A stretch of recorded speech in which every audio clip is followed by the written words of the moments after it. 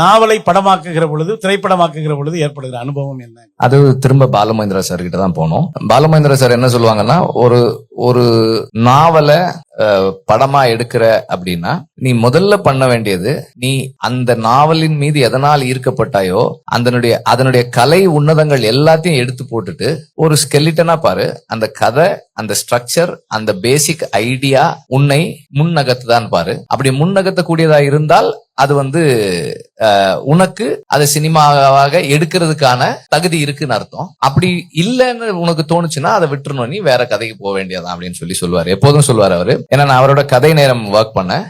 அது சிறுகதைகளை குறும்படங்களா சார் எடுத்த சோ அதுல இருந்துதான் எனக்கு அந்த பிராக்டிஸ். அவர் சார் ஒர்க் பண்றதை பாக்குறது தான் எனக்கு பிராக்டிஸா இருந்தது. அது போலதான் வெக்கை அசுரனா மாறினது. வெக்கை படிச்ச நிறைய பேருக்கு அசுரன் மேல உடன்பாடு இல்லாம இருந்திருக்கு. அதுல நிறைய மாற்று கருத்துகள் இருக்கு. அவருக்கு பூமணிக்கே அது பிடிக்கல, அந்த படம் பிடிக்கல, அல்லது விமர்சனங்கள் இருக்கு. பிடிக்கலன்னு சொல்றதை விட விமர்சனங்கள் இருந்ததுன்னு சொல்லலாம். ஆனா ஒரு நாவலை சினிமாவா, மெயின் ஸ்ட்ரீம்ல வெகுஜன சினிமாவா மாத்தும் போது எனக்கு என்ன எப்படி பண்ண முடியுமோ அதை மாதிரி பண்ணியிருந்தேன் நான். அவ்வளவுதான்.